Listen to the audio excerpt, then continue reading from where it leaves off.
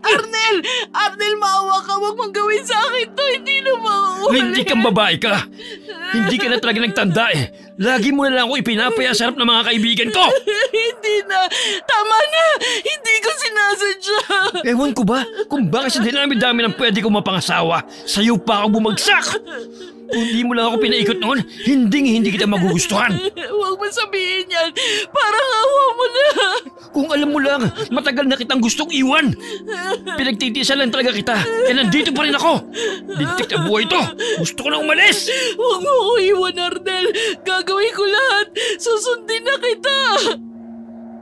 Agad akong napatigil sa paglalakad nang marinig ko ang sigawan na nanggagaling sa bagong lipat naming kapitbahay.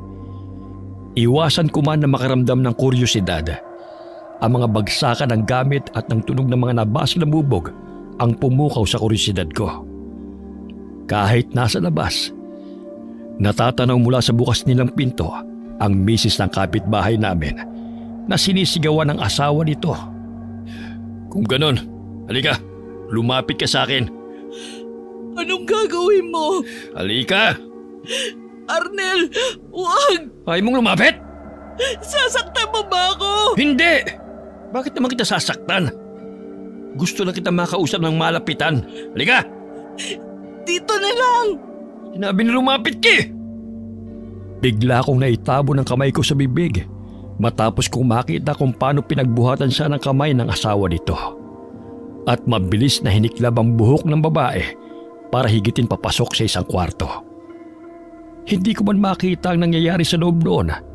Sapat na ang mga uri ng sigaw na nililikha ng misis nito para malaman ko kung anong ginagawa ng lalaki sa kanyang asawa. Lalapit pa sana ako sa mismong bintana para pakinggan ang mga nangyayari nang bigla naman akong higitin ni Danny at sinenya sana huwag ituloy ang balak kong gawin. Baka sa mukha nito ang matinding pagkairita. Kaya naman hindi ko na naiwasan na mapairap na lang sa hangin bago sumunod sa kanya papasok sa bahay namin. Ikaw, Leia, tigil-tigilan mo yung ginagawa mo. Kung di pa kita nakita kanina, siguro pumasok ko na doon sa bahay ng mag-asawa para alamin kung ano nangyayari. Nakakaya ka talaga. Ano namang masama ron sa ginawa ko? Tinitingnan ko lang naman kasi baka kailangan ng babae ng tulong. Sus, luma na yung palusot mo. Ilang ulit mo nang sinabi sa akin yun pero ang totoo, wala ka naman talagang balak na tulungan yung babaeng yun Kailangan mo lang talaga ng bagong chismis na may ikakwento sa mga kaibigan mo sa labas. Puro ka naman tamang hinala. Paano mo naman na siguro na hindi ko talaga tutulungan yung kapitbahay natin? Ha? Hindi ba tinigit mo nga ako palis doon? Kaya hindi ko nailigtas yung babae. Seryoso ka ba talaga na gusto mong marinig yung sagot ko, ha? Sige, sabihin mo. Na totoo ang sinasabi ko. Kasi hindi naman talaga yung babaeng prioridad mo ng mga oras na yon. Magaling ka, di ba? Sige nga. Ano ba sa tingin mo ang prioridad ko? Chismis, Leia. Chismis. Talaga lang, ha? Bakit? Hindi ka ba chismosa? Ano ba?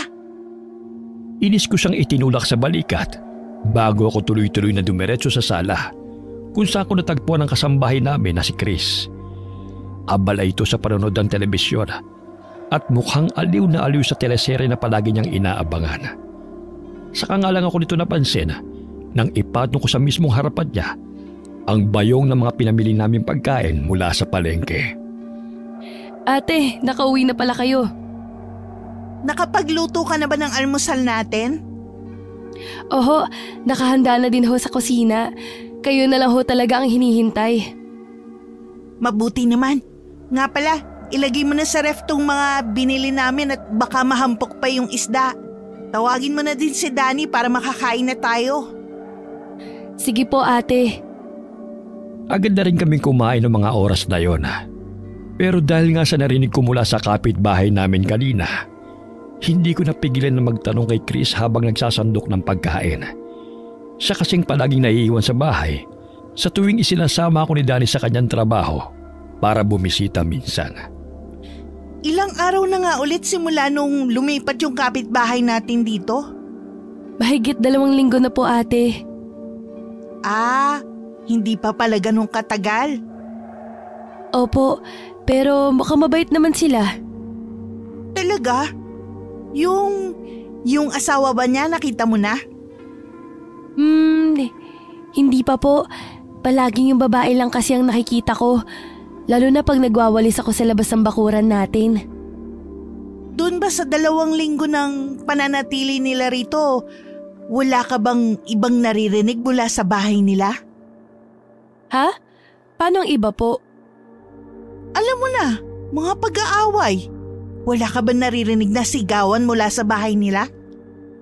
Hindi ko na natuloy ang balak ko na itanong kay Chris dahil marahas na binagsak ni Danny ang hawak nitong baso sa lamesa. Dahilan para parehas kaming magulat at matahimik. Nasa harapan na tayo ng pagkain. Hanggang dito ba naman, Leia? Isinisingit mo pa rin yung pagiging chismosa mo? Pati itong si Chris, dinadamay mo pa. Mamaya dyan, magaya pa sa'yo yung bata. Mahiya ka naman. Ano bang chismis? Wala naman akong ginagawa nagtatanong lang ako. Kung tanong lang talaga yung ginagawa mo, pwes, mamaya mo na itanong. Hindi ka ba makapaghintay na matapos muna tayong kumain bago mo alamin ang buhay ng ibang tao? At ikaw naman, Chris, huwag mo nang suportahan yung ginagawa ng ate mo. Alam mo lang ang mali eh. Tapos sinasagot pa yung mga tanong niya. Pasensya na po, kuya. Sa susunod ha, kung hindi nyo talaga kayang tumigil sa ginagawa nyong yan, doon na lang kayo sa labas ng bahay mag-uusap. Galit na tumayo ang asawa kong si Danny sa lamesa at binagtas ang daan papunta sa loob ng kwarto namin. Nanatili lang tuloy kaming tahimik ni Chris hanggang sa tuluyan na nitong may sarado ang pinto. Medyo nasanay na rin naman ako sa tuwing nagkakaganon si Danny. Simula kasi nang ikasal ako sa kanya, hindi talaga nito gusto sa tuwing nakikipag-usap ako tungkol sa buhay ng ibang tao. Sabi nga nito sa akin noon, tigilan ko na raw ang ginagawa ko dahil wala naman daw akong napapala sa ginagawa ko.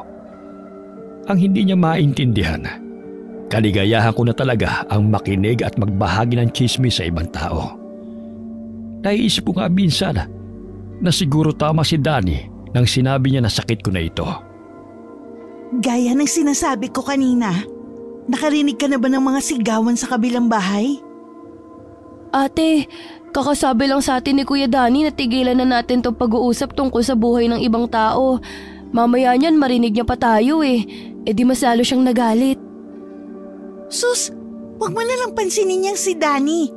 Tumatanda na kasi kaya ganun na lang kung mag-isip. Kinabukasan, tanghali na ako nagising at hindi ko na naabutan si Danny na umalis para pumasok sa trabaho. Wala naman akong ibang gagawin. Kaya naman naisip kong utusan si Chris na magluto ng merienda para sa amin. Matapos kumain, nagpalit lang ako ng duster ko at agad na rin lumabas dala-dalang pinggan na may lamang piniritong saging. Ate, saan ka pupunta? Diyan lang sa labas. Bakit dala niyo yung saging? Basta, wag mo itong sasabihin kay Kuya Danny mo ha. Opo. Pagkarating ko sa mismong tapat noong bahay, agad akong kumatok sa pinto habang nakangiti. Hindi naman nagtagal. Bumukas yun at bumungad sa akin ang babaeng nakita ko kahapon na binubugbog ng kanyang asawa. Baka sa mukha nito ang matinding gulat at pagtataka. Kaya naman kagad na din ako nagsalita. Magandang umaga! Ano ang kailangan nila? Ay, wala naman. Nalaman ko kasi na kayo pala yung bago naming kapitbahay. Kaya dumaan ako para bigyan kayo nitong niluto ko merienda. Ganun ba? Saglit lang ha. Medyo magulo kasi ang loob ng bahay namin eh. Pwede ko bang ayusin muna bago kita papasukin? Nako, kahit wag na. Hindi naman ako pihikan at maarte. Magpipilit na sana akong pumasok sa loob ng bahay nito. Pero laking gulat ko nang bigla nitong isinara yung pinto. At para bang nagulat dahil sa ginawa ko. Nakaramdam tuloy ako ng matinding pagkapahiya. Kaya naman pilit na lang akong ngumiti. Pasensya na ha. Hindi lang talaga ako sanay na nagpapapasok sa loob ng bahay namin ng makalat. Saglit lang at bilis-bilis kong aayusin. Pasensya na talaga. Ayos lang. Ilang minuto rin siguro akong nakatayo sa harapan ng pinto nito. Pero hindi naman nagtagal. Bumukas na rin yon. At alanganin ang ngiti ng babae. na inaya ko nito para pumasok sa loob. Ibinigay ko sa kanya yung pinggan ng merienda habang pasimpleng iginagala ang mga mata ko sa paligid ng bahay nito. Napansin ko roon na kakaunti pa lamang ang mga gamit nila sa loob. Mahalata mo talaga dahil doon na bagong lipat lang ang mga ito. Salamat nga pala rito sa dala mo, nag-abala ka pa. Ayos lang, wala yun.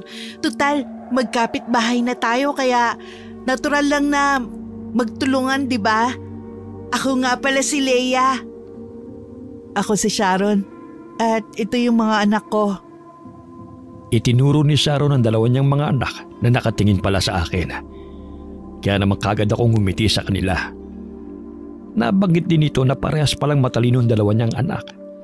Matapos kong maitanong kung nag-aaral ba ang mga bata. Baka sa boses ang matinding pagmamalaki ni Sharon sa kanyang mga anak.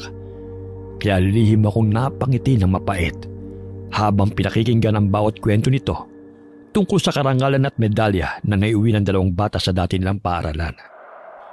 Ilang oras din itong nagbabahagi ng kwento tungkol sa kanyang mga anak. Umalis na nga lang ang dalawang bata sa sala dahil sa mga sinasabi ni Sharon. Kaya naman naiiling na lang ako at pilit na ngumiti. Ang swerte mo pala sa mga anak mo, Sharon. Sinabi mo pa. Ikaw, may anak ka na din ba? Bigla ko tuloy naalala ang mga nangyari sa amin ni Danny matapos yung mabanggit ni Sharon. Sa ilang taong kasi naming pagsasama mag-asawa, hindi pa rin kami binibiyayaan ng anak. Akala ko doon kailangan lang namin ng kaunting pang-oras. Pero nagkamali ako. Hanggang sa dumating ang isang araw at kusa na lang sumuko ang asawa ko na sumubok na magkaanak. Naisip siguro nito na may mali sa akin. Kaya ganoon na lang ang ginawa niyang solusyon. Wala pa. Kakakasal lang naman namin at hindi pa namin naiisip ni Danny ang tungkol sa mga ganong bagay. Hindi ka na bumabata, mahirap ang magbuntis. Ikaw din. Ayos lang. Mabait naman yung asawa ko kaya paniguradong aalagaan niya ako. Mabuti ka pa. Napansin ko ang biglaang pananahimik ni Sharon. Kaya naman dahan-dahan akong tumabi sa kanya nang hindi nito napapansin. At maraan siyang tinapik sa balikat, dahilan para lumingon siya sa akin. Ayos ka lang ba? Bakit bigla kang natahimik? May bigla lang ako naalala. Sharon? Bakit? Huwag mo sanang mamasamain ang tanong ko ha. Pero aksidente ko kasing narinig ang pagtatalo niyo ng mister mo kahapon. Ayos ka lang ba? Ha? Malapad ang ngiti sa labi ko habang palabas sa bahay ni Sharon. Walang pag-aalinlangan kasi nitong binahagi sa akin ang kwento sa likod ng pag-aaway nila ng kanyang asawa kahapon. Nabanggit nito na lasinggero ang kanyang mister. At dahil malaki ang kinikita sa trabaho nito, palagi siya nitong tinatratong alila sa bahay. Ipinakita rin nito ang lahat ng pasa at galos na kanyang natamo mula sa kamay ng mister. Ate, buti naman at nakauwi ka na. Hinahanap ka kanina pa ni Kuya Danny. Hinaan mo lang yung boses mo. Sorry ate. Nasaan na si Danny? Nasa kwarto niyo po yata. Kamusta pala ate yung pagpunta mo dun sa bahay ng kapitbahay natin? Anong nangyari? Magugulat ka. Sinasaktan pala si Sharon nung asawa niyang lasenggo. Ha? Talaga? Oo. Nakita ko nga yung mga pasa at sugat niya sa katawan. Grabe. Bugbog sarado. Kawawa naman pala siya. Ayos lang yun. Ikaw ba naman biyayaan ng matatalinong anak at asawang may magandang trabaho? Talaga naman lalagyan ka ng Diyos ng kaunting kapintasan sa pamilya. Hindi ka ba naawa ate? Tinitigan ako ni Chris habang tinatanong yon. Kaya naman dahan-dahan akong umiling. Gustuhin ko man na maawa para kay Sharon. Mas nanaigang inggit sa dibdib ko matapos niyang mabanggit ang tungkol sa mister niya na kumikita ng malaking halaga buwan-buwan na halos doble sa sweldo ng asawa ko na si Danny. Hindi ko tuloy napigilan na makaramdam ng inis para sa kapitbahay namin. Naisip ko kasi na masyado silang maswerte kumpara sa pamilya ko. Matapos ko maikwento kay Chris ang lahat ng sinabi sa akin ni Sharon, pumasok na rin kaagad ako sa kwarto namin ni Danny para hanapin ito. Pagkasara ko pa lang ng pinto, agad akong nilingon ng asawa ko habang nakataas ang kilay. Nakipagchismisa ka na naman sa labas? Hindi Leia! Magtrabaho ka na lang dyan. Baka sakaling lumaki din ang sweldo mo katulad ng asawa ng kapitbahay natin. Ano? Wala. Hindi na ako nagsalita pa at agad na ring lumabas ng kwarto. Iniiwasan ko rin na magkasalubong kami ni Danny. Kaya naman naisipan ko na talagang lumabas ng bahay at puntahan ng mga kaibigan ko. Hindi ko na nga rin napigilan na ikwento sa kanila ang mga napag-usapan namin ni Sharon. At gaya nga ng nasa isip ko, nagulat ang mga ito at tuwang-tuwa sa pakikinig. Adik nga sigurong asawa niya. Ewan ko ba rin sa babaeng yun at hindi na lang iwan. Kung ako sa kanya, isinumbong ko na yun sa pulis eh. Ate? Napalingon ako sa bukana ng bahay ng isa sa mga kaibigan ko. Matapos makita ko roon ang katulong namin na si Chris. Kumakhamot ito sa ulo at mukhang naiiya dahil sa pang-iistorbo niya sa akin. Pinapasundo na po kayo sa akin ni Kuya. Sabihin mo, susunod na lang ako. Pero kakain na raw po tayo ng hapunan. Hapunan na ba? Naku, hindi ko napansin ang oras. Mauna na ako sa inyo mga kumare ha. Hindi ko alam kung ilang oras ako nakipagkwentuhan sa kanila. Pero madilim na nga ang buong paligid matapos akong lumabas sa bahay ng kaibigan ko. Mabilis ang mga hakbang na binagtas ko ang daan papunta sa bahay kung saan kagad kong natanaw si Danny na nakasilip sa bintana at mukhang kanina pa naghihintay. Masyado ka naman yata nawili sa pagkipagchismisa mo, Leia. Lumubog na lang ang araw, nasa labas ka pa rin.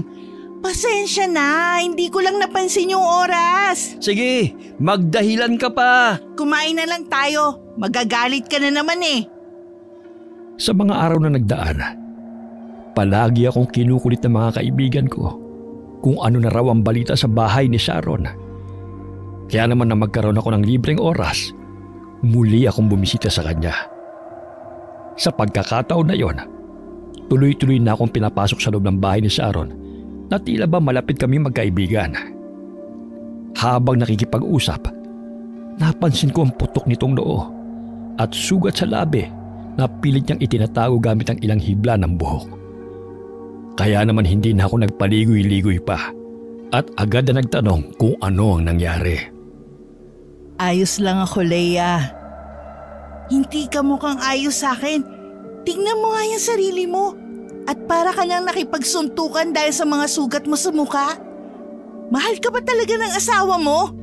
Mahal ako ng asawa ko. Mataas ang boses na sigaw nito. Kaya medyo napalayo pa ako kay Sharon dahil sa gulat. Nang mapansin niya yon, agad siyang natauhan at mabilis na hinawakan ng kamay ko na para bang natataranta at hindi alam kung anong gagawin. Nag-aalala lang naman ako sa'yo, Sharon. Pasensya na, nadala lang ako ng emosyon. Hindi ko talaga sinasadya. Mabuti pa siguro, uuwi na lang muna ako sa bahay namin. Nagkunwari akong tatayo para umalis. Pero mabilis niya akong hinarangan at naiiyak na tumitig sa mga mata ko bago alanganin na sinabi sa akin ang dahilan ng mga sugat nito. Umiiyak ba na? Naibahagi niya ang buong detalye sa akin. At gaya ng palagi kong ginagawa, nakisimpate lang ako rito at pilit siyang pinapatahan. Lihim din ako napangiti habang nasa bisig ko si Sharon at marahang tinatapik ang balikat niya. Hindi ko kasi mapigilan na makaramdam ng tuwa dahil sa mga nangyayari. Nakaramdam din ako ng matinding pagkasabik na ibahagi sa mga kaibigan ko ang panibagong impormasyon na nakaalap ko mula kay Sharon. Pagkatapos nung naging usapan namin tungkol sa mga sugat niya, naging madalang na ang pagpunta-punta ko sa bahay ni Sharon. Napansin na rin kasi ni Daddy na halos araw-araw na akong pumupunta sa kapitbahay namin. Kaya tumigil muna ako pansamantala. Nabalitaan mo na ba, ate? Ang tungkol saan? Nakalat na sa buong barangay natin na yung tungkol sa pamilya ng kapitbahay natin. May isa nga na nagsumbong sa pulis. Ang alam ko, dinampot na yung asawa ni Ate Sharon. Umiiyak nga raw kahapon eh. Ano?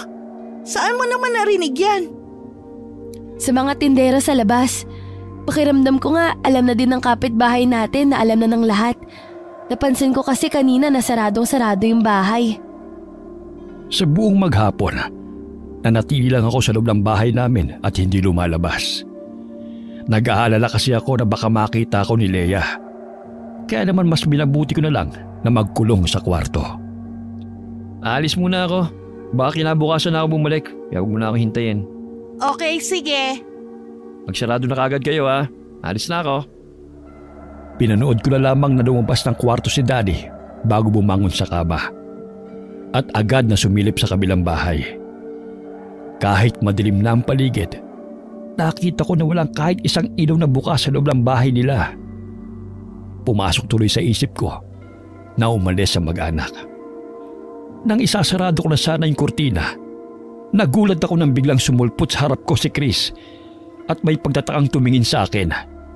Muntikan tuloy akong matumba dahil sa gulat. Mabuti na lamang at agad ako nakahawak sa lamesa kaya hindi ako bumagsak. Ano ba? Bakit ka ba nanggugulat? Hindi kita ginulat, ate. Gusto ko lang naman silipin kung anong tinitingnan mo sa labas. Chismosa ka talaga. Doon ka nga. Masyado ka namang high blood, ate. Manahimik ka dyan ah. Magsarado ka na ng bahay, gabi na. Opo. Naiiling na muli akong pumasok sa loob ng kwarto namin. Hindi ko na alam kung gaano ako katagal na nakahiga sa kaba. Pero hindi ko na namalayan na bigla pala akong nakatulog. At nagising na lamang sa kalagitnaan ng gabi dahil sa lakas ng ulan sa labas. Tinatamad ba na? Bumangon ako at tahimik na lumabas ng kwarto.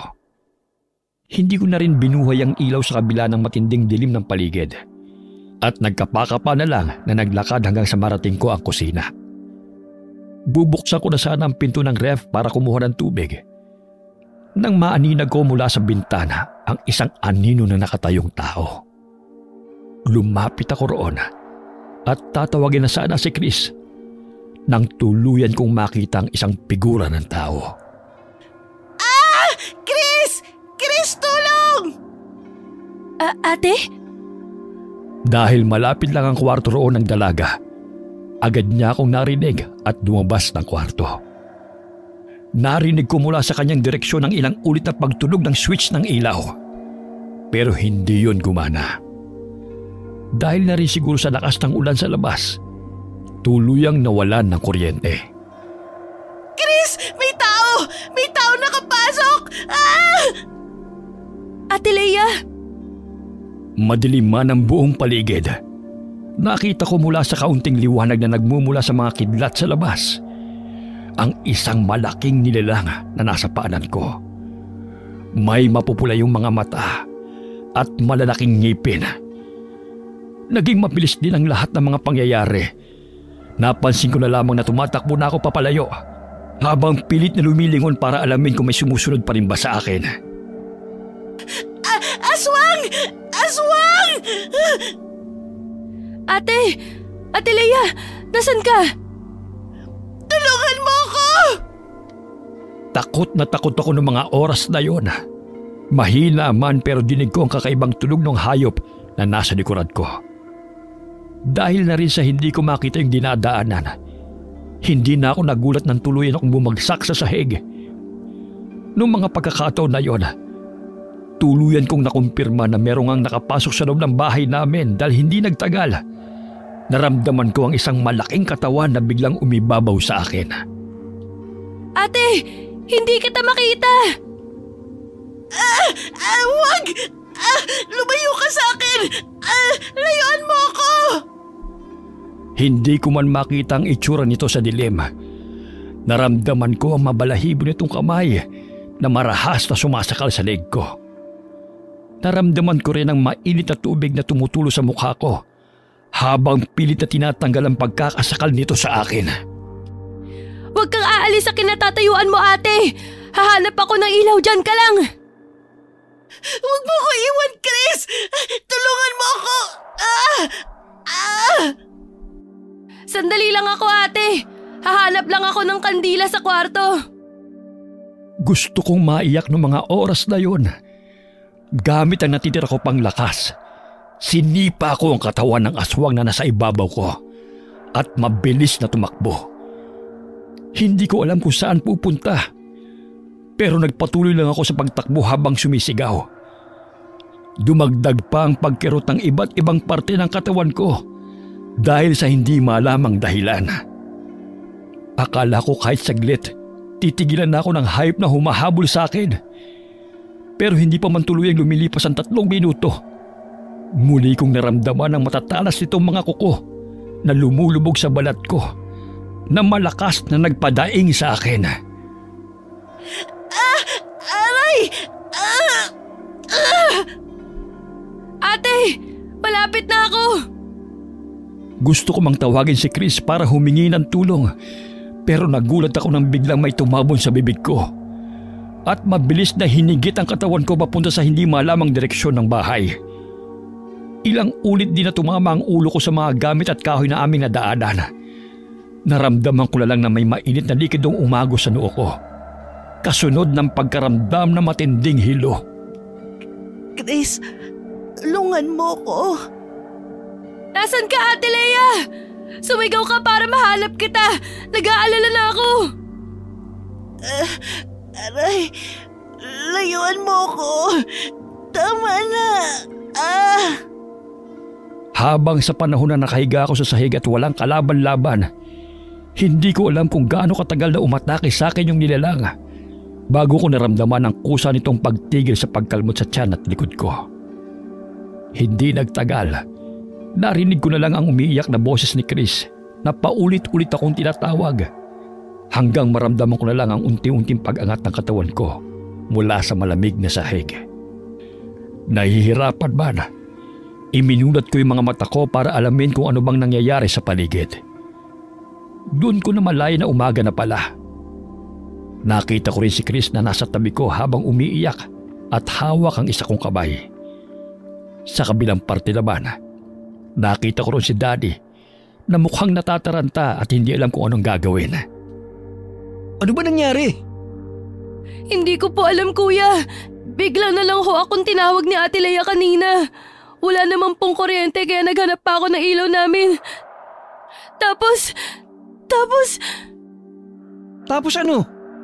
Iniwan ko lang kayo saglit? May nangyari na kagad sa ate mo? Pasensya na po talaga. Hinahanap ko naman po siya kanina. Hindi ko alam na nandito pala si ate. Lintik!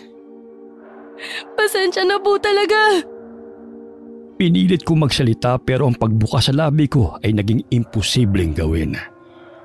Wala akong nalikhang kahit isang tunog at para bang trinaydor ako ng buo kong katawan. Nakatitig lang ako sa mga ito at iniintay na matanggap ng katawan ko ang lahat ng nangyayari. Marahan akong binuhat ng asawa kong si Danny papunta sa kwarto namin at inutusan si Chris na kumuha ng mga gamot para sa mga sugat ko. Pagkatapos nila akong magamot, lumabas na ng kwarto ang katulong namin. Kaya naiwan kaming dalawa ng asawa ko sa loob. Ilang oras na naghari ang katahimikan sa amin dalawa bago ko dahan-dahang binuka ang bibig ko para magsalita. Danny? Diyos ko, salamat naman nakapagsalita ka na. Ano nangyari sa'yo? Inatake ako ng aswang, Danny. Aswang! Ano pa yung pinagsasabi mong aswang? Maniwala ka. Totoong nakita ng 2 mata ko. Huwag mong sabihin na kwento yun sa'yo ng mga kumare mo sa labas na may aswang na rito sa lugar natin. Kaya ang umatake sa'yo, aswang na rin? Ano ba? Maniwala ka nga sa akin. Paano ko maniniwala sa'yo kung yung mga lumalabas sa bibig mo ay hindi totoo? Pero aswang talaga ang nakita ko, Danny. Nakita mo na ba yung itsura mo? Mukha kang inatake ng ligaw na hayop. Siguro nga asong ulo din pumasok dito eh. Tignan mo yung itsura mo. Halos mahubara ka na dahil sa mga kalmot. Tapos ano? Sasabihin mong aswang ang may gawa niyan sa'yo? Maniwala ka naman sa akin. Kahit ngayon lang. Nako, matulog ka na nga. Baka kulang lang yan sa chismis. Kaya ganyan ang mga lumalabas sa bibig mo. Bumawi ka na lang bukas. Hindi na ako pinagsalita ni Danny dahil agad na rin itong lumabas ng kwarto. Malakas tuloy ako napabuntong hininga bago inis na pumikit habang iniisip ang lahat ng nangyari. Tahimik lang akong umiyak at dinamdam ang lahat ng pagkirot ng katawan ko hanggang sa tuluyan na ako nakatulog dahil sa pagod. Gaya ng sinabi ng asawa ko, nagpahinga lang ako maghapon at nahiga sa loob ng kwarto. Binisita rin ako ni Sharon nang malaman niya ang nangyari at nag-aalalang kinumusta ang kalagayan ko. Dala ang ilang kakanin at merienda na luto niya. Nasabi rin ito na ilang araw na pala silang wala sa bahay dahil sa biglaang pagkakakulong ng asawa niya na mukhang hindi naman siya apektado. Salamat sa pagbisita, Sharon. Ano ka ba? Wala yun. Magpagaling ka kagad ha. Namimiss ka na ng mga bata. Hindi ka na raw bumibisita sa bahay. Pupunta ako sa inyo paggaling ng mga sugat ko. Hihintayin ka namin ha. O siya, mauna na ako sa'yo. Gumaling ka sana agad. Salamat. Ingat ka pa uwi. Makalipas ang ilang linggo at agad na rin namang gumaling ang lahat ng sugat ko sa katawan. Simula noong nangyari, palagi na akong binibisita ni Sharon sa bahay at may kung ano-anong dala. Nawiwili tuloy si Chris dito at halos ipagtanggol na sa lahat ng sinasabi ko. Ate naman! Naku, tigil-tigilan mo ako, Chris ha. Hindi na ako natutuwa sa'yo. Sinasabi ko lang naman po na baka hindi totoo ang sinasabi niyo tungkol kay Ate Sharon. Sinasabi mo bang sinungaling ako? Hindi po sa ganun. Umalis ka sa harap ko! Iibig pa sana ito pero narinig namin ang mahihinang katok sa labas. Kaya naman sumenyas ako sa kanya na puntahan yon para alamin kung sino ang tao sa labas. Hindi naman nagtagal. Pumasok si Chris kasunod si Sharon na may malapad ng ngiti habang may dala na namang pagkain. Magandang umaga, Mare.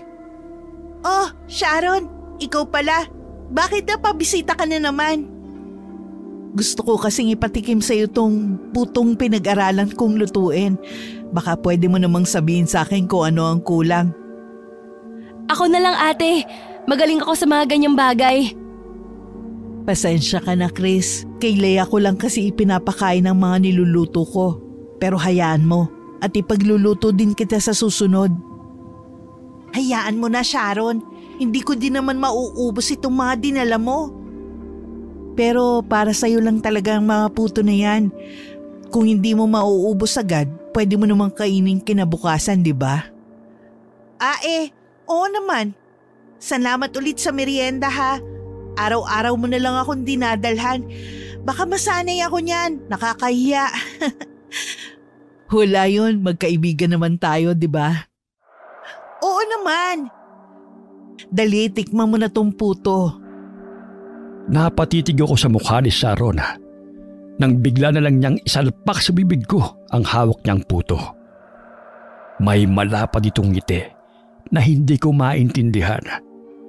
Mababaka sa mukha nito ang matinding pagkasabik na matikman ko ang luto niyang merienda. Kaya hindi tuloy ako makaagal at dahan-dahang yunula yung pagkain habang may peking ngiti sa labi. Masarap! Talaga? Walang kulang? O dadagdagan ko pa? Hindi ko alam kung anong tinutukoy niya sa tanong na yon. Pero ang kaninang malapad ng ngiti ay biglang napalitan ng nakakatakot na ngisi. Kaya imbis na sumagot, dali-dali ko na lang iniwas ang mga mata ko sa kanya. Bakit ka nga pala nagluluto ng mga ganito? Gusto ko kasi magnegosyo gamit itong mga niluto kong merienda. At ikaw ang magiging taga-tikim ko. Ako? Bakit ako? Kaibigan kasi kita. Mabait na kaibigan. Lumipas sa mga araw at nasanay na lang ako sa madalas na pamamalagi ni Sharon sa loob ng bahay namin. Halos hindi na nga makabisita sa akin ang iba kong mga kaibigan dahil palagi itong nandoon. Hinahayaan ko na lang kasi kahit na inis ako sa pamilya ni Sharon, mabait naman siya. Dumaan ang gabi at abala si Chris sa pagbubuhat ng tubig sa banyo. Kaya naman ako na nagsarado ng lahat ng bintana at pinto sa bahay namin. Nang matapos, pumasok na din kaagad ako sa kwarto at agad na nilak ang pinto. Nag-aalala pa rin kasi ako na baka may bigla na namang pumasok doon. Matutulog na sana ako, pero narinig ko si Chris mula sa labas ng kwarto na kumakatok. Kaya naman inis akong bumangon at pinagbuksan siya ng pinto. Ano na naman? Wala po. Tinitingnan ko lang kung tulog na kayo. May sasabihin ka pa ba? Nasa kabilang kwarto lang po ako kung may kailangan kayo. Tumangulang ako at agad rin itong pinagsarhan. Nahiga ako sa kama at nagtalukbong ng kubot habang hinihintay na makaramdam ako ng antok. Pero dahil wala naman akong ginawa maghapon, ilang oras nang lumilipas, pero niyang pumikit at maghikab ay hindi ko man lang naramdaman. Babangon na sana ako para isarado yung bintana ng kwarto namin dahil sa lamig nang mapatigil ako sa paggalaw. Dahil sa mga kaluskos na nadidinig ko sa dingding ng aming kwarto. Parang may kumukutkot doon. Kaya naman pinakinggan ko munang maigi ang paligid bago ko napagdesisyonan na dahan-dahang lumapit at sumilip sa bintana. Pero wala naman akong nakita sa labas. Nang babalik na sana ako sa higaan, agad na nanlaki ang mga mata ko sa susunod kong nakita. Bigla akong natumba sa sahig at nanginginig ang tuhod na hinigit ang katawan ko papalayo sa parting iyon. Kitang-kita ng dalawa kong mga mata ang isang itim na figura ng tao na gumagapang papalapit sa akin mula sa ibabaw ng kama. Katulad ng nilalang na nakita ko noon, may mga nanlilisik din itong mga mata at mahahabang kuko. Ate! Buksan mo tong pinto! Anong nangyayari dyan sa loob? Rinig kong sigaw ni Chris. Kaya naman dali-dali akong tumayo at tinanggal ang kandado ng pinto para papasukin siya. Nang mabuksan, mariin kong ipinikit ang mga mata ko at agad na itinuro yung direksyon ng kama. Nakita mo? Nandyan pa! Ate, wala namang tao. Anong wala? Nakita ko may gumagapang dyan! May tao! Wala po talaga. Baka namalikmata lang kayo sa nakita. Ano ba? Meron nga! Inis kong iminulat ang mga mata ko. Pero gaya ng sinabi ni Chris, wala nga akong nakitang kahit na ano sa loob ng kwarto namin. Malakas lang ang mga tahol ng aso. Pero walang kahit isang tao nga talaga sa paligid bukod sa aming dalawa ni Chris. Nababaliw na ba ako? Ate! Lumabas ka ng kwarto ko! Labas! Pagkatapos nung gabing yon, naging sunod-sunod na ang mga naririnig at nakikita ko sa labas. Sa tuwing lumulubog ang araw, hindi lumilipas ang gabi na hindi ako nakakaramdam ng matinding takot. Hindi ko na lang din sinasabi sa dalawa kong kasama sa bahay ang mga kakatuwang bagay na nangyayari. Dahil sa tuwing tinatawag ko na sila, bigla namang nawawala ang mga nakikita ko sa dilim at sa loob ng kwarto. Ang akala ko, kung hindi ko papansinin ang mga nakikita ko, titigil din pag nagtagal. Pero hindi pa man lumilipas ang 4 na linggo na walang humpay na gabi na may nakikita ko sa paligid. Kinabukasan rin ay may nakitang kakaibang asawa ko sa akin. Ano nangyari sa'yo? Ha? Sabi ko kung ano nangyari sa'yo. Tulala ka na naman. Bakit? Ano nangyari sa akin? Babaewan ko sa'yo. Tumitingin ka pa ba sa salamin, Leia? Hindi mo man lang alam kung ano na nangyari sa katawan mo. Saglit nga! Tumayo ko mula sa lamesa at dali-daling tumakbo papasok sa kwarto namin kung saan may malaking salamin. Pagtapat ko pa lang doon, agad na itabon ko ang dalawa kong mga kamay sa bibig. Matapos bumungad sa akin ang buo kong katawan na namumula at puno ng bakas ng kalmot at kagat na hindi may paliwanag na bakas ng ngipin. Inatake ka na naman ba ng asong ulol? Hindi ko alam. Wala naman ako naramdaman na kakaiba kagabi. Tawagin mo nga si Chris. Chris! Pumunta ka nga rito! Bakit po ate? Ano na namang nangyari sa'yo? Kaya nga pinatawag kita eh. Sinarado mo ba na maayos yung gate at pinto natin kagabi? Opo kuya, itinali ko nga dun ho ng maayos yung bintana sa kwarto ni ate. Hindi mo ba narinig na sumigaw si Leia? Hindi din po. Tahimik naman po yung kwarto niya kagabi pero Pero ano? may mga putik po akong nakita sa kusina kaninang madaling araw. Mukha pong tapak ng pusa. Pusa? Alam mo, hindi ko na talaga maintindihan kung ano nangyayari sa bahay na to eh. Pag hindi chismis, kaguluhan. Manahimik ka na nga lang, Danny. Wala ka na ngang naitutulong kung ano-ano pang lumalabas dyan sa bunganga mo. Wala talaga. Naisip ko nga, baka karma mo na yung mga nangyayari sa'yo, Leia. Puro ka kasi chismis ng buhay ng ibang tao eh. Ano ba? Gamutin mo na yung mga sugat mo. Alis na ako. Yan, umalis ka na. Mas mabuti na wala ka rito lagi sa bahay. Chris, Bakit po? isarado mo na maayos tong bahay ah. At pag sinabi kong maayos, ibig kong sabihin, maayos talaga. At nang hindi na kayo napapasok ng kung ano-anong hayop. Opo kuya. Sige na, alis na ako, Leia. Sa buong maghapon, naglinis lang ako ng buong bahay katulong si Chris. At pagpatak naman ng gabi, nagsarado na rin kagad kami ng bahay sa kanatulog. Kinaumagahan, maaga akong nagising dahil sa matinding init na nararamdaman ko sa katawan. Mabilis akong tumakbo papunta sa kusina at kumuha ng malamig na tubig sa ref. Pero sa pagbagsak ng tubig sa nanunuyong lalamunan ko, mas lalo akong nauhaw. Kumakalam na rin ang tiyan ko sa gutom. Pero hindi pa naman gising si Chris at wala pa itong naihahandang pagkain sa lamesa. Pinipigilan man ang sarili. Kumuha ako ng isang baunan sa ref at basta na lang binuksan yon. Doon, bumungad sa akin ang laman noong adobong karne. Kaya naman kagad ko yung isinalpak sa bibig ko at mabilis na nilunok. Halos maubos ko na ang laman noon. Pero nagulat na lang ako nang biglang sumulpot si Chris at marahas na ilagaw sa akin ang hawak kong lalagyan. Ano ba? Akin na nga yan.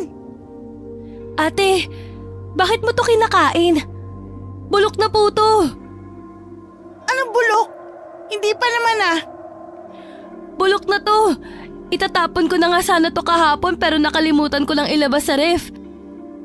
Naku, mamaya niyan malason ka pa. Hindi mo ba naaamoy? Hindi. Akala ko ayos pa kaya kinain ko. Lagot na naman po ako nito kay kuya pag may nangyari sa inyo. Bakit niyo naman po ba kinain? Nagugutom ka na ba ate? Oo, akala ko tulog ka pa kaya naghanap na lang ako ng pagkain sa ref. Naku naman, dapat tinawag niyo po ako. Nagugutom na kasi ko kanina pa. Saglit lang at ipagluluto ko kayo.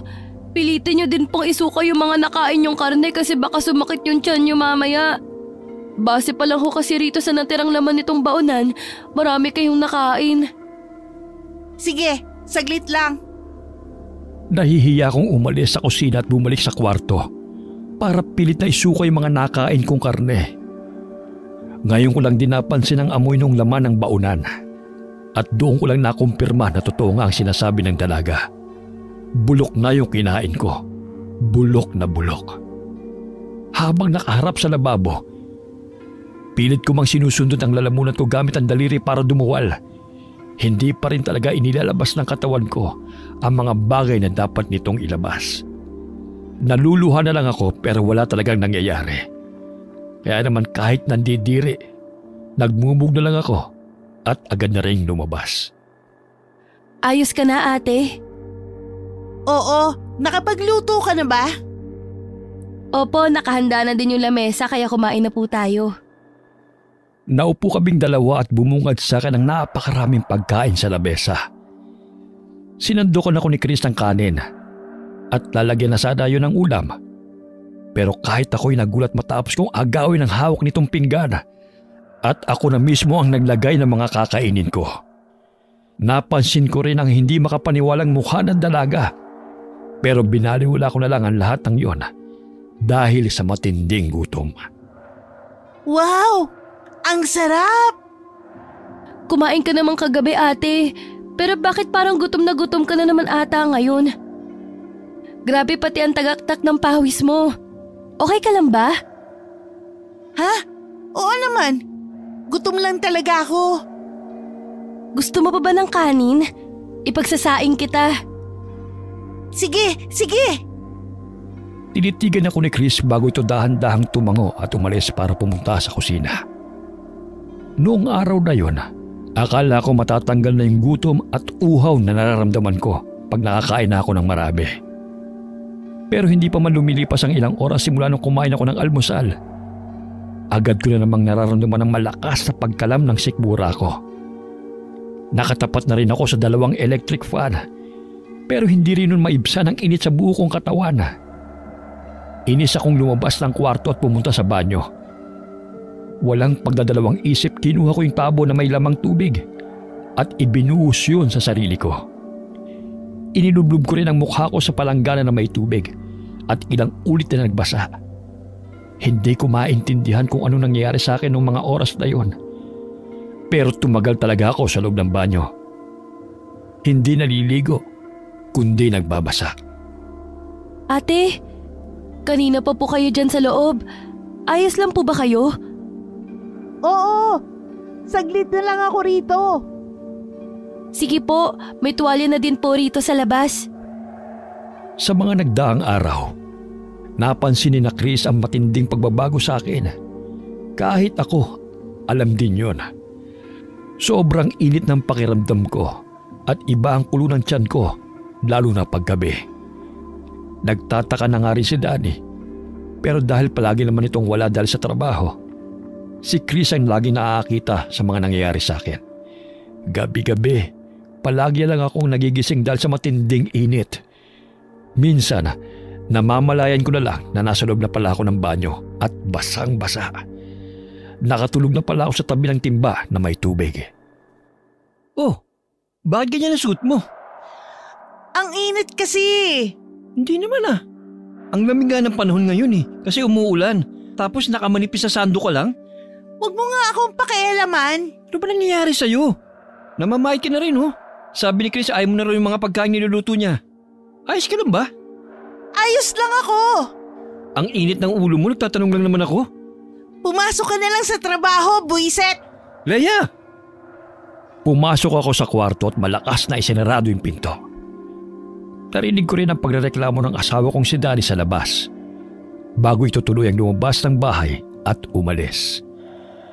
Nahiga na lang tuloy ako at natulog dahil sa sobrang inis na nararamdaman ko rito. Sa kalagitnaan ng gabi, naalimpungatan ako dahil sa mainit na hangin na tumatama sa aking mukha.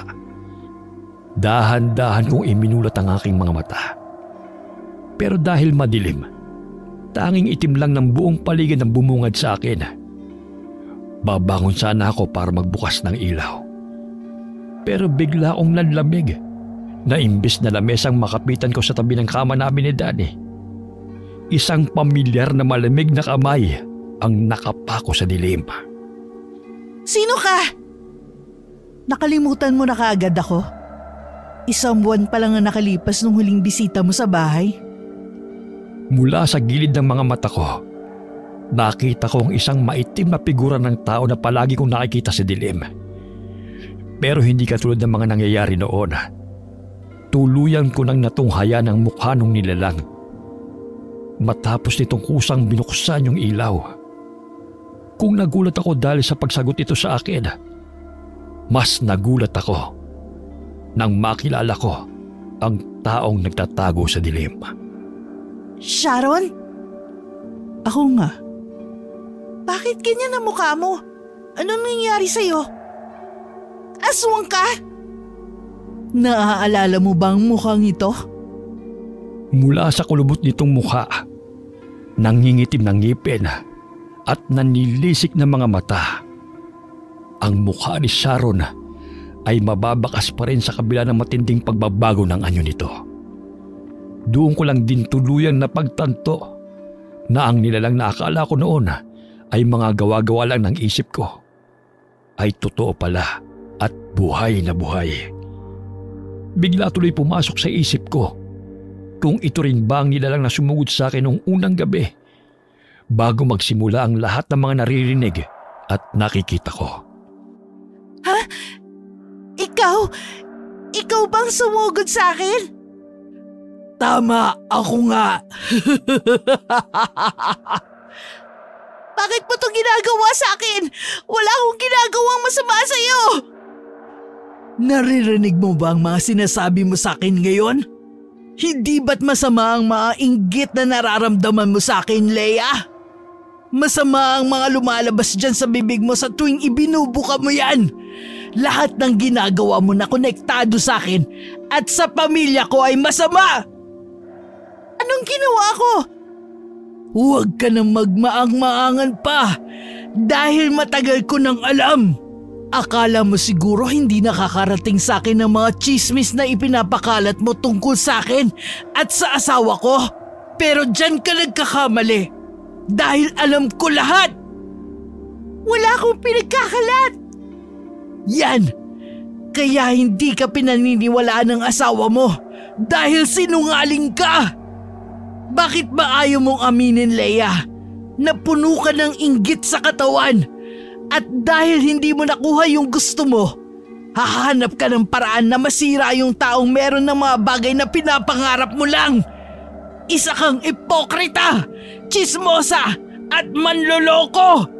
Sinira mong buhay ko, ang pamilya ko. Sharon? Noong mga oras na yun, agad akong nakaramdam ng matinding takot nang makita ko kung paano dahan-dahang lumiyab sa galit ang mga mata ng aming kapitbahay. Inilabas nito ang kanyang nangingitim na ngipin at matatalas na kuko bago dahan-dahan na naglakad papalapit sa akin. Hindi mo ko matatakbuhan, Leia. Hahanapin kita kung saan ka magpunta at hindi kita titigilan hanggat hindi ka namamatay. Ang mga katulad mo ay dapat binibigyan ng leksyon na habang buhay mong pagsisisihan. Bago ko pa man tuluyang matanggap sa sistema ko ang lahat ng sinabi ni Sharon, nanlaki na lang ang aking mga mata nang tuluyan na pala itong nakalapit sa akin. At bigla na lang akong sinunggaban. Naramdaman ko na lang mula sa ilalim ng tadyang ko ang marahas na pagpasok ng mahaba niyang kuko hanggang sa tuluyan ko nang maramdaman ang matinding kirot na ngayon ko lamang naramdaman. Nakita ko ang dahan-dahan ng pagpatak ng laway niya sa mukha ko na pilit kong iniwasan. Pero marahas na hinawakan niya ang mukha ko at madiin ang kapit na iniharap niya ako sa kanya. Hindi ko na nagawa pang umiwas ng maramdaman ko na tumulo na nga ang mainit niyang laway sa pisngi ko. Bibigyan kita ng regalo na hindi mo matatanggihan. Wag, parang awa mo na. Tuluyan na nanlamig ang buo kong katawan nang bigla niyang ibuka ang bibig ko. At tuloy-tuloy na tumulo sa loob ng bunganga ko ang lahat ng laway na lumalabas sa kanya. Pilit man akong umiwas at umalis sa kapit niya. Para bang nangimi ang buo kong katawan na naging resulta ng pagiging paralisado noon sa buong nangyayari. Ang tanging nagawa ko na lang ng mga oras na yon ay ang dahan-dahang pumikit habang mahinang umiiyak. Leia! Leia! Leia, gumising ka! Leia! Humahangos na napabangon ako sa kama matapos kong marinig ang sunod-sunod na tawag sa akin ni Danny. Nang matauhan, agad kong inilibot sa buong paligid ang mga mata ko para hanapin si Sharon. Pero ang tanging bumungad sa akin ay ang asawa ko na nakakunot ang noo at mukhang alalang-alala. Danny, umalis na tayo rito. Aswang si Sharon. Ano ba pinagsasabi mo? Nananaginip ka pa rin ba? Maniwala ka sa akin. Aswang ang kapitbahay natin, Danny. Umalis na tayo rito. Lumipat na tayo ng bahay. Tumira tayo sa malayong lugar kung saan hindi niya tayo masusundan. Ano ba? Hindi kita maintindihan eh. Kung ano-ano sinasabi mo. Totoong sinasabi ko! Panaginip lang yan. Maniwala ka sa akin! Manahimik ka na nga. Puro ka kasinungalingan eh. Lumabas si Danny sa kwarto namin. Kaya naman inis akong naghilamos ng mukha at nagulat na lang ako nang maramdaman na basa ang aking mukha. Hindi sa pawis, kundi sa kakaibang likido. Nagkaroon tuloy ako ng pagdadalawang isip kung totoo ba ang lahat o panaginip lang talaga, tulad ng sinabi ng asawa ko. Kinabukasan, hindi ko kinausap si Danny pagkatapos ng pag-aaway naming dalawa. Pinilit ko siyang iniwasan na naging madali lang namang gawin dahil palagi naman siyang umaalis para pumasok sa trabaho. Matulog ka na. Sige po, magpahinga na din po kayo mamaya. Oo, ako nang bahala na magsarado sa bahay. Pagpasok sa kwarto ni Chris, agad akong tumakbo papunta sa banyo at nagbuhos ng tubig sa katawan. Paglubog pa lang kasi ng araw, nakaramdam na ako ng kakaibang nangyayari sa katawan ko. Kaya naman pinilit ko talaga na patulugin na kagad ang kasambahay namin para hindi nito makita ang nangyayari. Hindi ko rin alam kung bakit, pero para bang magliliyab ang buo kong katawan ng gabing yun. Kahit ilang beses na ako nagbuhos ng malamig na tubig sa katawan, hindi matanggal ang init na nararamdaman ko. Hanggang sa namalayan ko na nga lang na naglalakad na pala ako papalabas ng bahay. Nasa tapat pa lang ako ng pinto nang bigla kong marinig si Chris na nagtatawag. Kaya mabilis akong lumingon. Bakit? Saan po kayo pupunta? Ha? Wala. Isasarado ko lang sana itong gate natin. Akala ko po kasi lalabas kayo ng bahay na ganyan ang itsura. Basang-basa ka kaya, ate? Hindi. Nagbuhos lang ako kanina kasi maliligo na sana ako. Tapos naalala ko na hindi ko pa pala nasasarado itong gate. Kaya dali-dali muna akong lumabas. Ganun po ba? Oo nga pala. Bakit gising ka pa? Narinig ko po kasi nabukas yung gripo natin sa banyo, kaya bumangon muna ako para isara. Tapos, nakita ko nga po kayo rito. Magpahinga ka na. Sige po ate, matutulog na ako. Hinintay ko muna na pumasok sa loob si Chris at patayin niya yung ilaw ng kwarto niya bago ko muling binuksan yung gate at dali-daling tumakbo papalabas. Hindi ko maintindihan kung bakit ko yun ginagawa. Kusa na lang na naglakad ang mga pako papunta sa madilim na bahagi ng kalsada. Ipinikit ko na rin ang mga mata ko nang marating ko na ang pinakamadilim na bahagi ng lugar. Para bang bigla na lang ako nakatulog at nagising sa isang panaginip matapos kong maramdaman ang matinding lamig na ilang linggo nang hinahanap ng aking katawan. Hindi ko na alam kung anong nangyari matapos akong pumikit ng mga oras na yon. Pero nagising na lang ako sa kalagitnaan ng gabi na nasa loob na ng kwarto namin. At masakit ang buong katawan dahil sa hindi matukoy na dahilan. Bumangon ako sa kama para sana lumabas. Pero pagdikit pa lang ng mga pako sa sahig, agad akong napayuko dahil sa malagkit na likido na natapakan ko. Doon ko nakita ang isang patay na pusa. Ang katawan nito ay bukas at halos umagos na ang dugo na lumalabas sa katawan nito papunta sa mismong pinto ng kwarto namin. Hindi naman nagtagal, bumukas yun at tumambad sa akin si Chris na humahangos at mukhang alalang-alala dahil sa pagsigaw ko. Ate, ano pong ginawa mo? Anong? Dahil katapat ng salamin ang higaan namin ni Danny, nanlaki ang mga mata ko matapos kong makita ang sarili kong refleksyon na napupuno ng dugo ang katawan. Mula sa bibig, pababa sa leg ko, hanggang sa laylay ng damit ko ay may bakas ng dugo. Ate! Ano nangyayari sa akin? Hindi ako may gawa nito. Kumalma po kayo. Baka may pumasok lang na hayop o di kaya naman ho ay... Baka na lahat to ni Sharon. Humanda siya sa akin. Ate, saan ka pupunta? Sa kabila ng itsura ko ng mga panahon na yon, mabilis akong tumakbo papalabas at pinuntahan ang bahay ni Sharon. Wala na akong pake kung alanganin na ang oras. Pero desidido talaga ako nakatukin ang bahay niya dahil sa matinding galit na aking nararamdaman. Sharon! Lumabas ka dyan! Harapin mo ko! Sharon! Lintik kang aswang ka! Anong ginawa mo sa akin? Ate, tama na po. Nakakaya sa kapitbahay natin. Sharon! Ano ba? Lumabas ka dyan! Ate Leia, umuwi na po tayo. Lumabas kang aswang ka! Anong ginawa mo sa akin at nagkaganito ko? Hindi ko na napigilan na kalampagin ang pinto ng bahay niya nang walang sumagot sa akin. Pero hindi naman nagtagal. Bumukas ang pinto ng bahay ni Sharon. Kaya tuloy-tuloy ako roong pumasok. Leia, ano nangyayari sa'yo? May problema ba? Pasensya na po talaga. Uuwi na din po kami ni ate. Huwag ka na magmaang-maangan pa. Alam ko na ang sikreto mo. Isa kang aswang.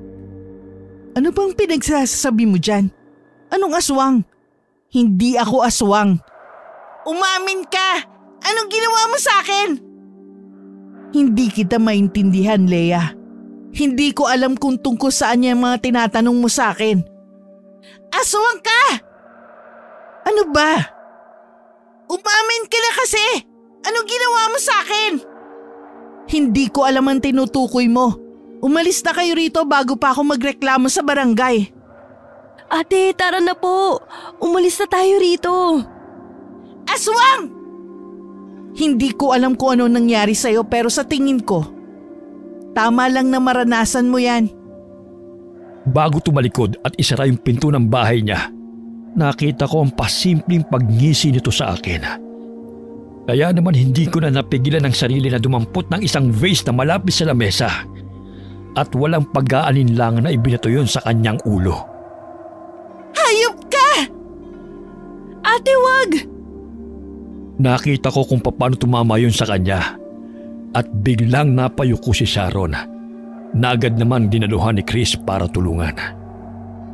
Aray! Dito lang po kayo. Hahanap ako ng sasakyan. Kailangan niyo pong madala sa ospital. Pinanood ko kung paano mabilis na tumakbo ang aming kasambahay paalis. Kaya naiwan kaming dalawa ni Sharon sa tapat ng bahay nito. Nanatiling nakayuko ang babae ng ilang minuto. Pero tumigil na yon sa pagdaing ng sugat niya.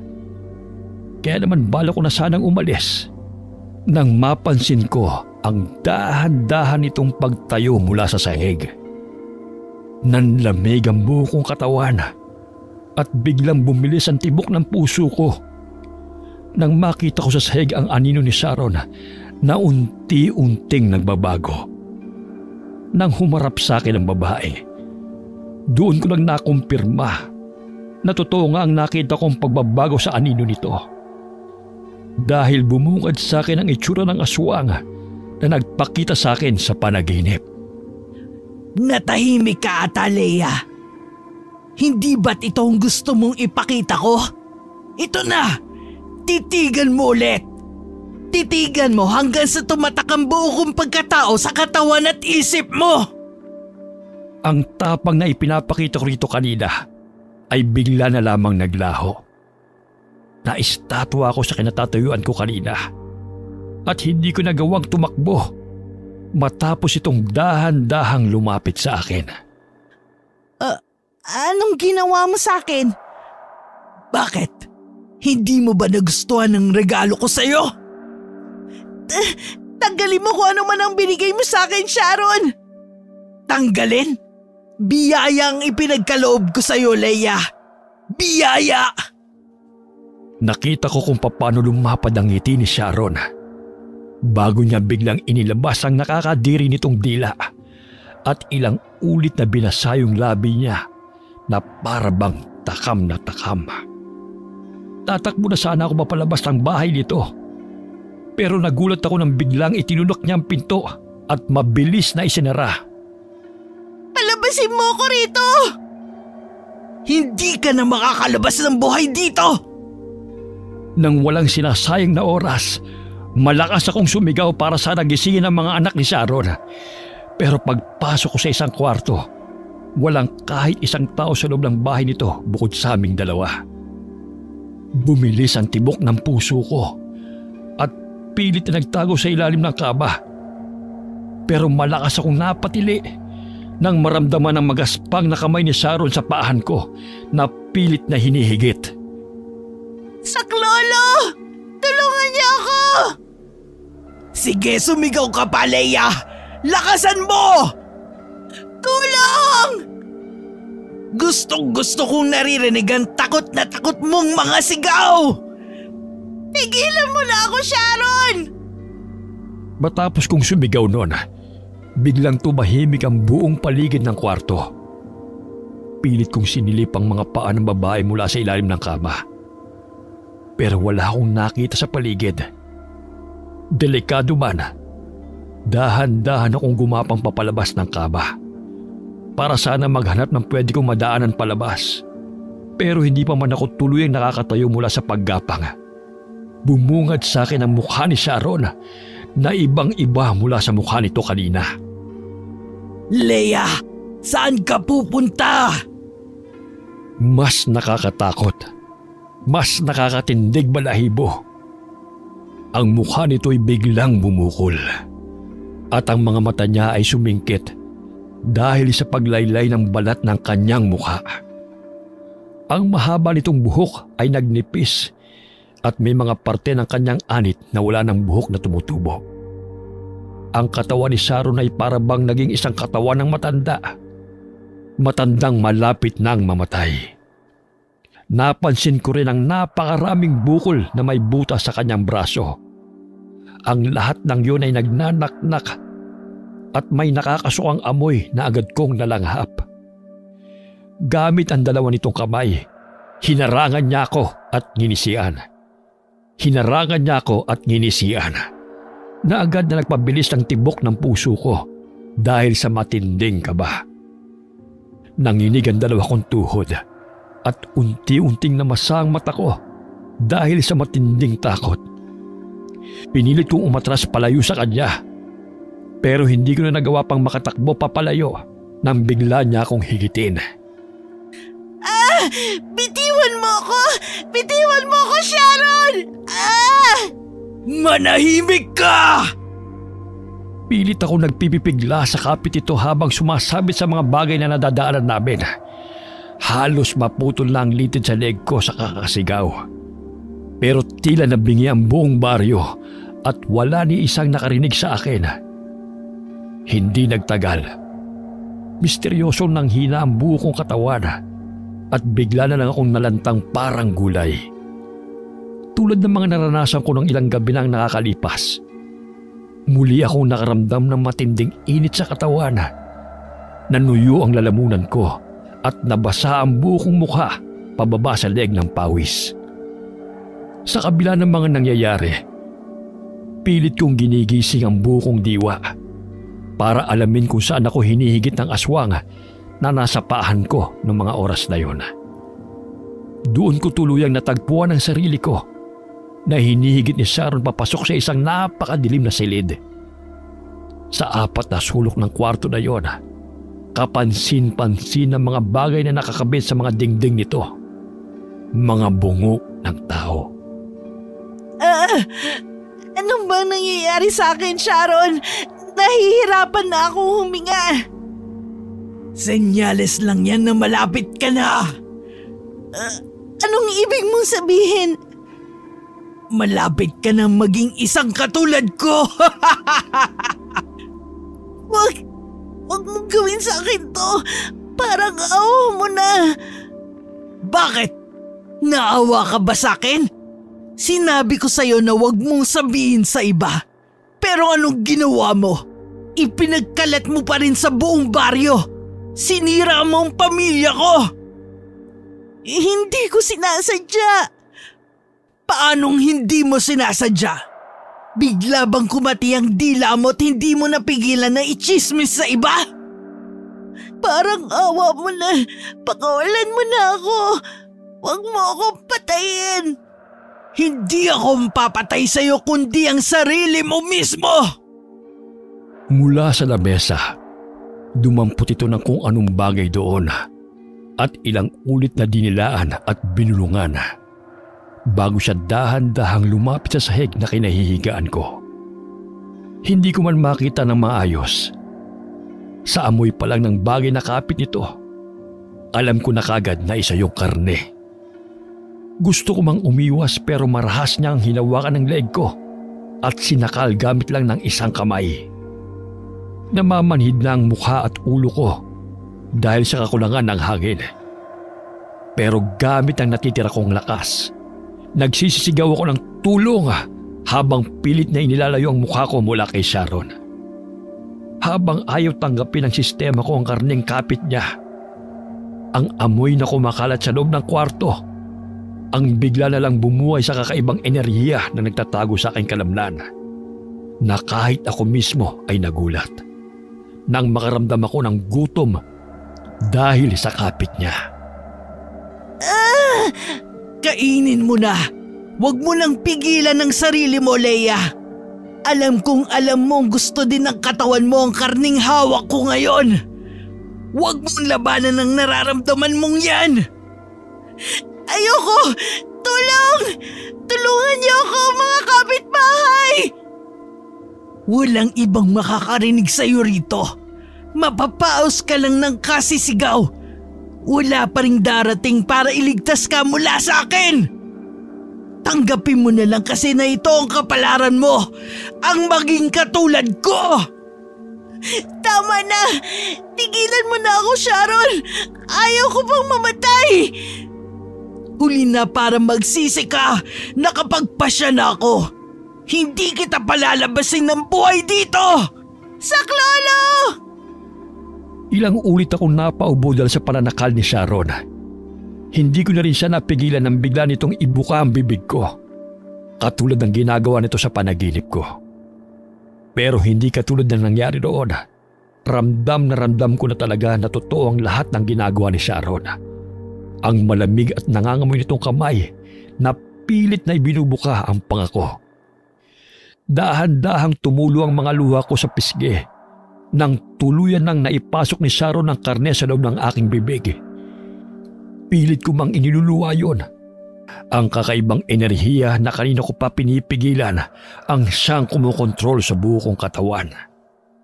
At namalayan ko na lamang na parang gutom na gutom akong hayop na kinakain ng hilaw na nagdurugo pang karne na isinubo ni Sharon. Ganyan nga ubusin mo, Leia!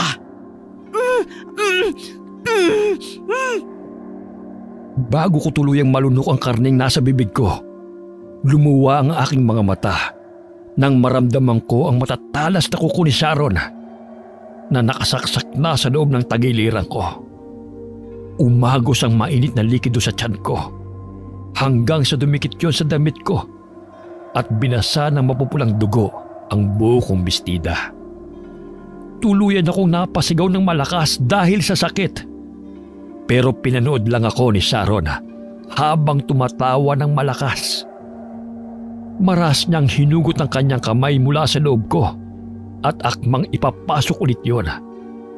Pero napatigil sa ere ang kamay niya nang biglang pumasok sa loob ng kwarto ang humahangos na si Danny.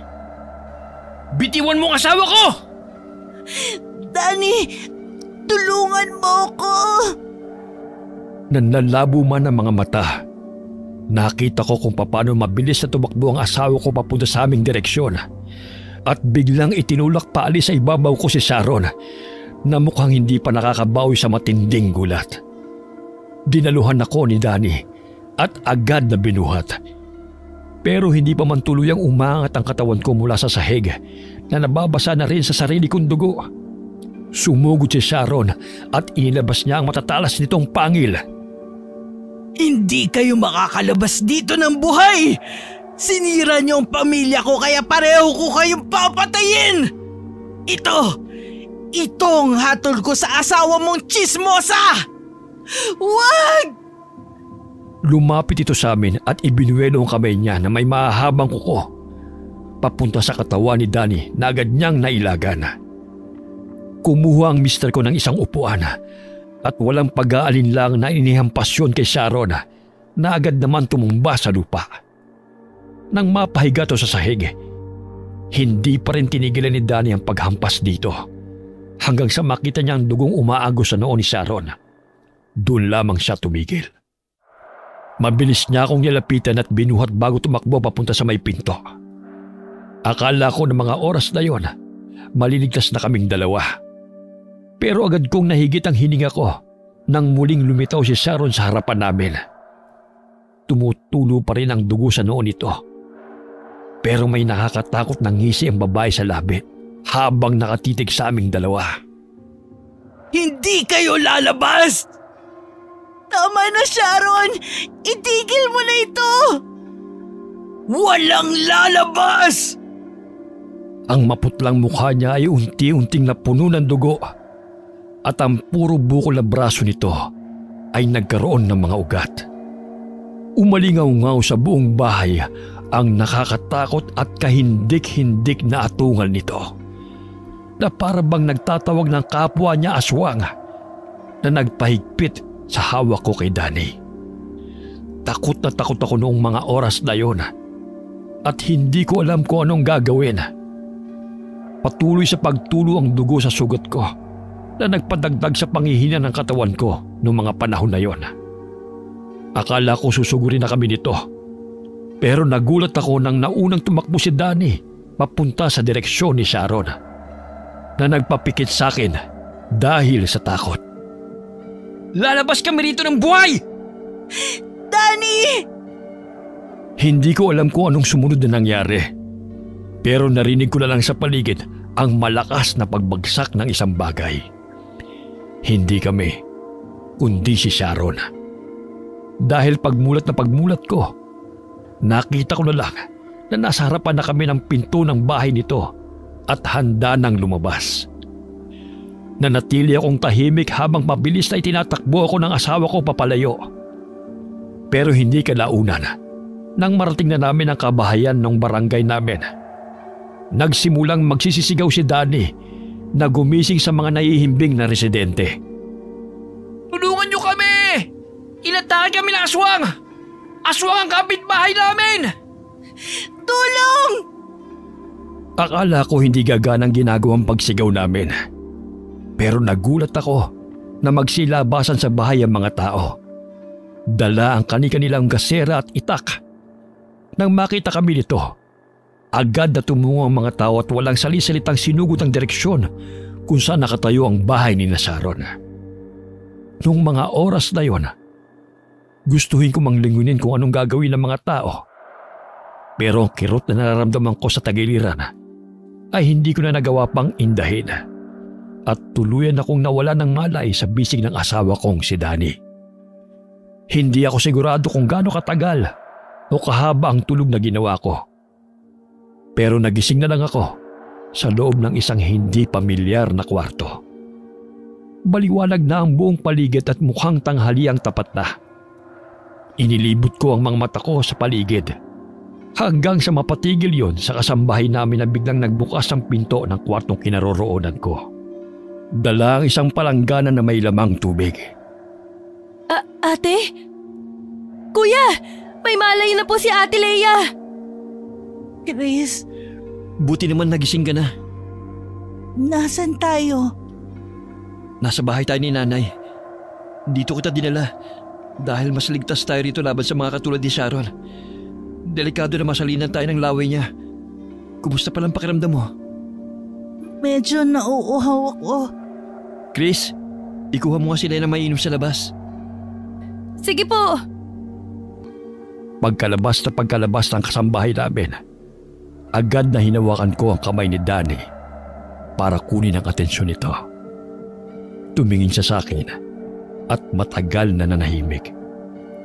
Kaya naman alanganin kong ibinuka ang labi ko at sinabi ang bagay na kagad na pumasok sa isip ko matapos niyang mabanggit ang tungkol kay Sharon. Bakit? May problema ba? Natatakot ako, Danny. Tama na. Ligtas na tayo. Hindi ka na malalapitan ni Sharon. Danny, hinalina na din yata niya ako ng pagkaaswang. Magiging aswang na din yata ako. Ha? Anong ibig mong sabihin? Ito ang parusa niya sa ginawa ko. Ibinahagi ko kay Daddy ang lahat na nangyari kasama ang plano ni Sharon na gawin din akong aswang. Napansin ko ang pagkadisgusto nito sa mga ginawa ko.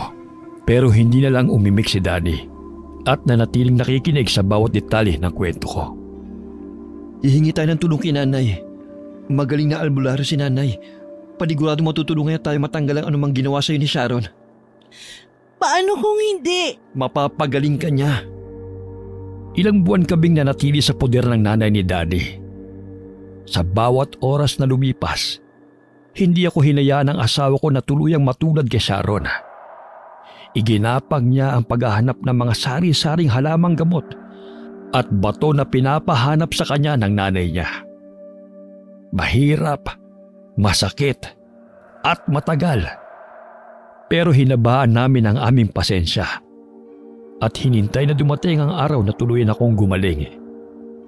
Hindi man namin sigurado kung kailan o kung gagaling ba talaga ako. Pero nagtiwala kami mag-asawa sa kakayanan ng albularyo. Hanggang sa dumating ang isang araw na hindi namin inaasahan. Narinig ninyo? Pwede na tayong umuwi, magaling na ako. Masaya po ako para sa'yo, ate. Salamat sa Diyos. Magaling na ako. O sige na, mag-impake na kayo. Aalis na tayo mamaya. Hindi na kami nagpatumpik-tumpik pa at agad na rin kaming nagbiyahe pabalik sa aming bayan. Pagtigil pa lang ng sasakyan sa harapan ng bahay namin, agad na bumungad sa amin ang bahay ni Sharon na naabo na at tanging simentong dingding lang nito ang natira. Hala, anong nangyari?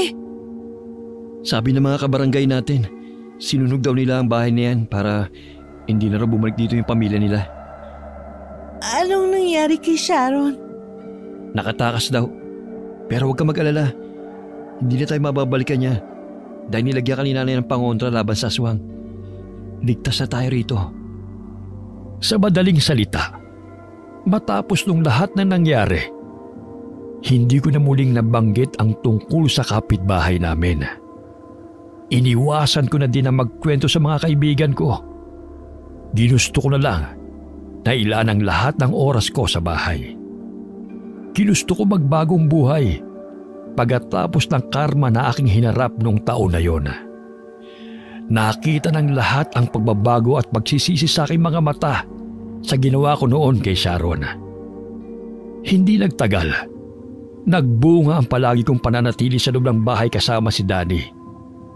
Kaya minabuti kong tuluyan ng magbago para sa ikabubuti ng lahat. Lalo na nang malaman ko na nagdadalang tawa ko at magiging magulang na kami. Wakas.